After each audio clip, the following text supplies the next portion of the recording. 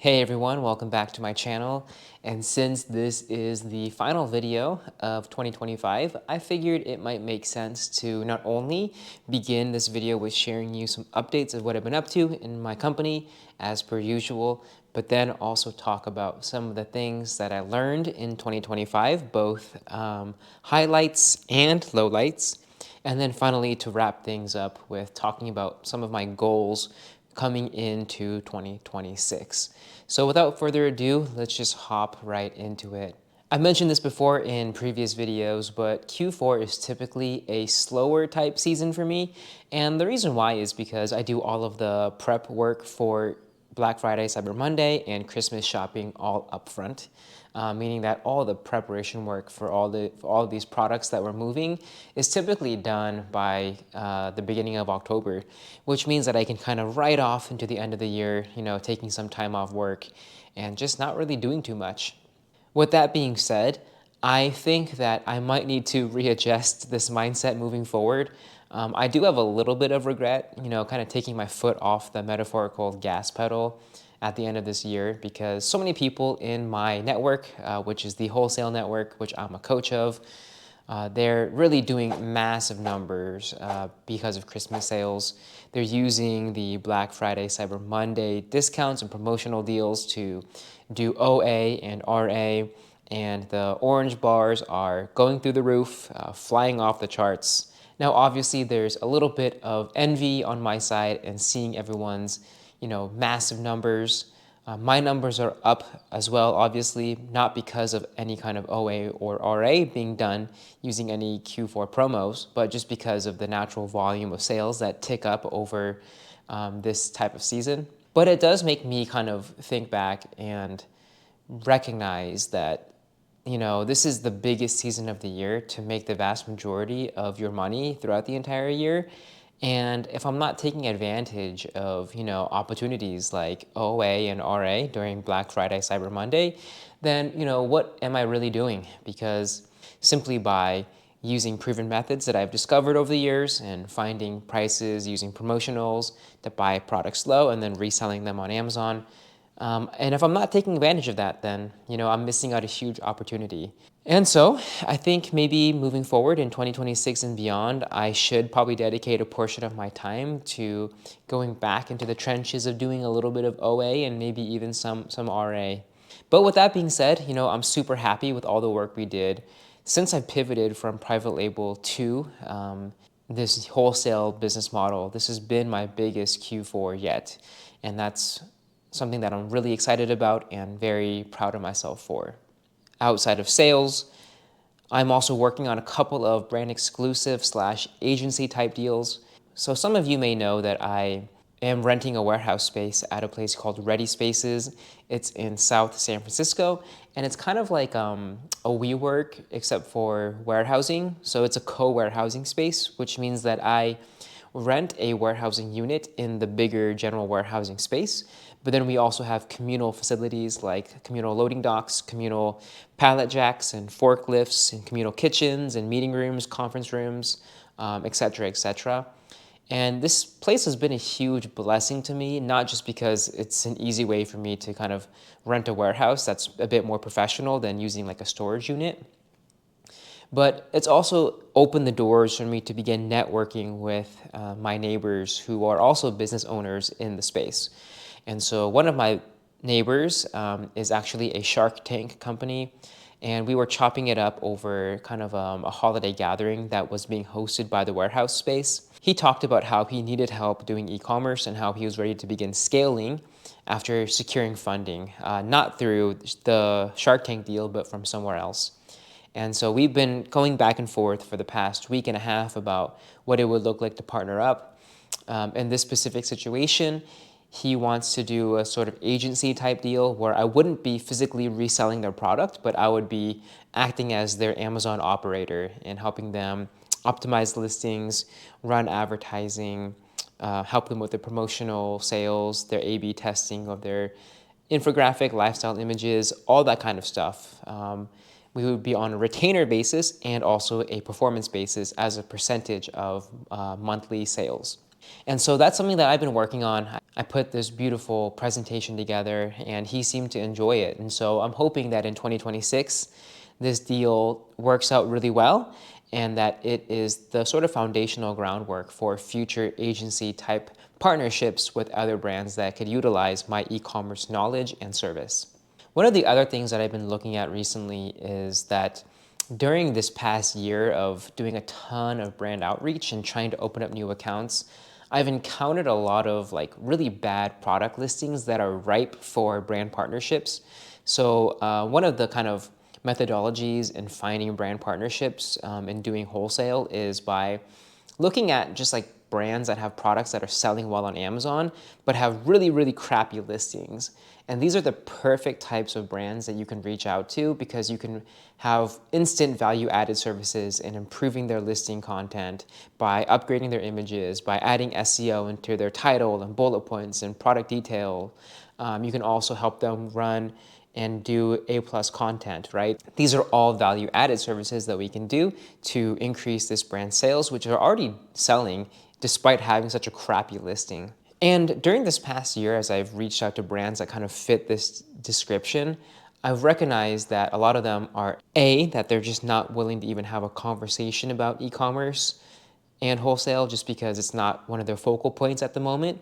But B, using my private label background, I could actually just recreate so many of these products and then just take over the marketplace myself.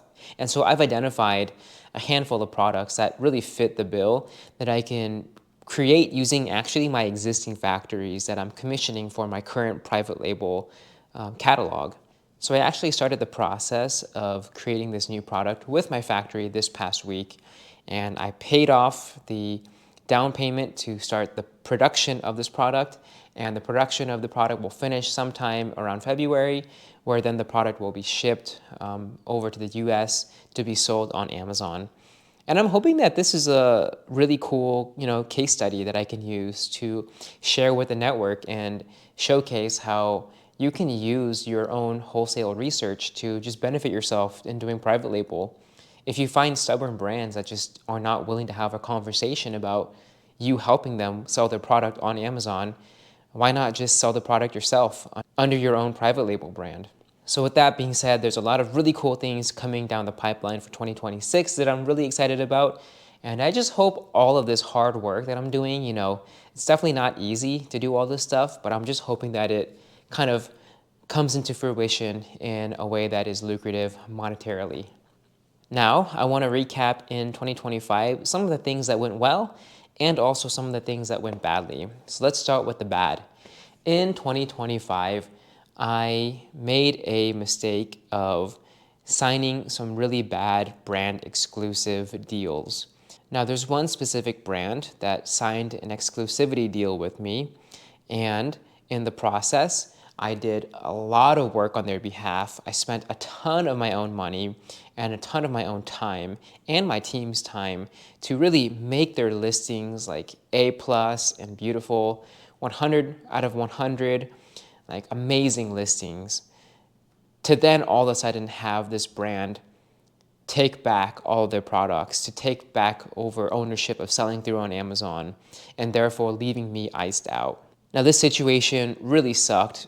I was out a ton of money and I felt really cheated because I spent so much time helping this brand try to increase their sales for their product, for them to go ahead and just backstab me after I did all this work for them.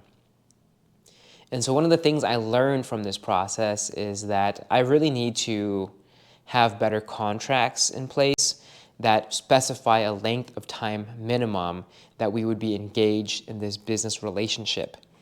I didn't have that for this contract. It was sort of at will. Any party could disengage from the contract given a 45-day notice. And so that's definitely something that I learned from. And I will now begin to include at least like a 6 or 12-month clause in my contracts that are hopefully enforceable by the law so that this doesn't happen to me again. Another thing that went badly for me in 2025 was hiring my first warehouse employee. I talked about this a little bit on the channel before, but the first employee I had, I was kind of in a rush to hire, and I don't think I did a very good job vetting this candidate thoroughly. This candidate was extremely sloppy. He never showed up to work on time once, except for the first day. All the work he did, I had to double check. And of the work that I double checked, most of it was done sloppily or wrong. Wrong labels would be applied to products. Products that would need to be in poly bags would have really shoddy poly bag packing work done, where he would tape the sides of the poly bag to the product itself, which kind of ruins the product as you rip the poly bag off of it. He would make a ton of mistakes in terms of case packing products and putting the right number of products into each case.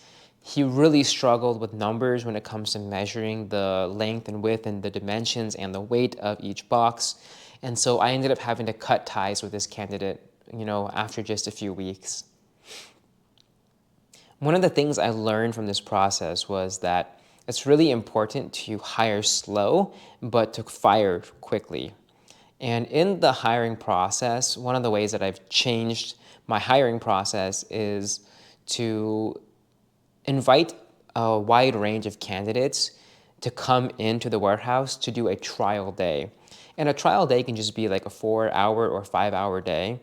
And if you get a wide breadth of candidates coming in, you can see, okay, these ones are the best, these ones are the worst, what makes this one better than this one, and you can kind of begin to write down the qualities that you like, the attributes of each person that you like, and how you can see yourself working with this candidate in the long run. But with the candidate that I had to fire, he was the only one that I brought in. He did a trial day. It seemed good enough at that time, and I really didn't get to see any, comps to see what skill sets he was missing that could have been had by other candidates. And by me not interviewing or bringing in other candidates, I essentially shot myself in the foot, not knowing the wide range of skill that is available in this space. And so that's my sort of takeaway for you in this, is that if you guys are hiring, whether it's a VA or whether it's a warehouse employee, definitely, extend a trial to multiple different candidates, test them, see who you vibe with, see which candidates have good communication where you're able to work back and forth pretty well, who can you imagine yourself working with in the long run, and then make an offer to that person. Now, some of the things that went really well for me in 2025, well, there's actually quite a few things. The first thing is going to 5 trade shows. And so in 2025, I made it my goal to go to at least 1 trade show every quarter, and I exceeded that. And one of the cool things about these trade shows is that when you're going there, you have to be in the industry to even get a badge. And so there's a little bit of vetting that happens in the process of you being able to even attend the show, which means that when you go to these shows, the sales reps at the show, they kind of have their guard down a little bit. They're not trying to necessarily sniff out Amazon sellers, but they're just more so looking to do business with other businesses. And that's really the benefit of going to a trade show, is that you can meet a ton of people.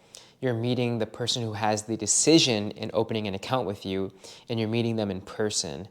And I found a ton of success with trade shows this past year and being able to open up at least 1 brand direct account in every show that I've attended. The second major success I've had in 2025 is just the sheer number of new accounts that I opened up.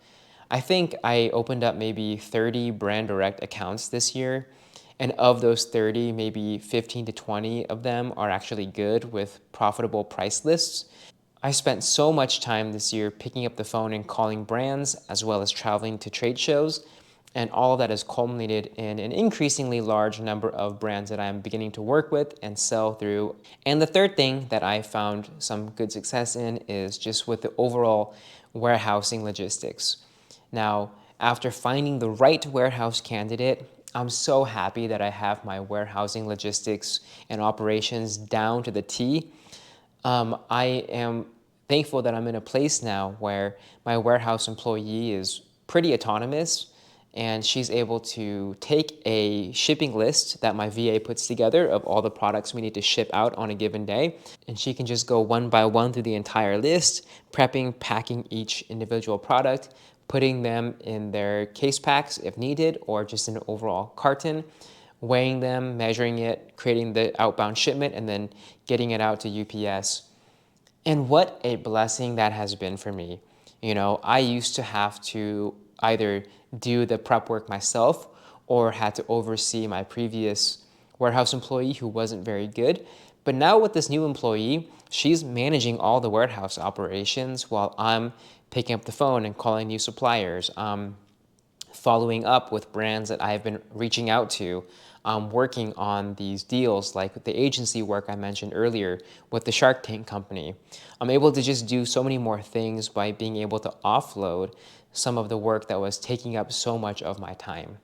And I'm so thankful that I have a VA and a warehouse worker where the company is now beginning to work as a well-oiled machine, and things are happening without my presence being there and without my input.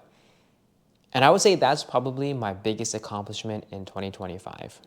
Now, looking into 2026, I do have some pretty big goals that I'm trying to accomplish, and I want to speak them out loud into the universe just to sort of manifest these things. And so, if you will, here are my 2026 goals.